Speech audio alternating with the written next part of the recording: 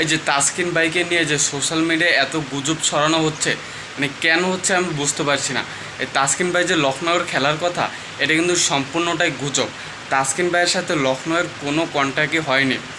যদিও ফেসবুকে কিন্তু এটা নিয়ে কিন্তু একদম জ্বর উঠে যাচ্ছে, তাসকিন লখনউ খেলবে এবং মুস্তাফিজকেও দেখতে পাচ্ছি তার সাথেও নাকি কন্ট্যাক্ট হয়েছে। এটা সম্পূর্ণটাই গুজব, তাদের সাথে কোনো কন্ট্যাক্টই হয়নি।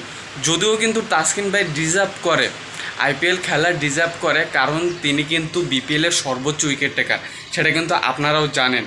এবং বিপিএলের ইতিহাসে মানে ক্রিকেট ইতিহাসে কিন্তু তাসকিন ভাই এক ম্যাচে 7 উইকেট নিয়েছে, যেটা কিন্তু এর আগে কোনো বলারই নিতে পারেনি। তো সেই হিসাবে কিন্তু তাসকিন ভাই ডিজার্ভ করে আইপিএল খেলা। যদিও আমি জানি না তাকে কেন পিএসএলেও তাকে ডাকা হয়নি। মানে তাদের যে টিম মালিকদের কি মাথা খারাপ নাকি তাদেরকে তাসকিন ভাই চোখে পড়ে না, সেটা আমি জানি না।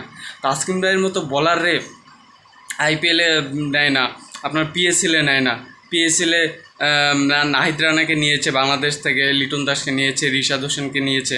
যদিও কিন্তু বিপিএলের সর্বোচ্চ উইকেট টেকার তাসকিন আহমেদ, তবুও কিন্তু তাসকিন ভাইকে গুরুত্ব দেওয়াই হয়নি। তো তাসকিন ভাই খেলা ডিজার্ভ করে, আইপিএল খেলা ডিজার্ভ করে এবং পিএসএল খেলাও ডিজার্ভ করে। যদিও আমরা বাঙালিরা সবাই এটাই চাইবো যেন তাসকিন ভাইকে নিয়ে মানে চিন্তাভাবনা করে আইপিএল পিএসএলের টিম মালিকগুলো, তাকে যেন এই সব বড়ো মঞ্চে খেলানো হয়। এবং তাসকিন ভাই নিজেও কিন্তু এইটা চায়, এবং আমরাও চাই যেন তাসকিন ভাই বড়ো মঞ্চে খেলুক এবং নিজের পারফরমেন্সটা সম্পূর্ণ দিতে পারুক।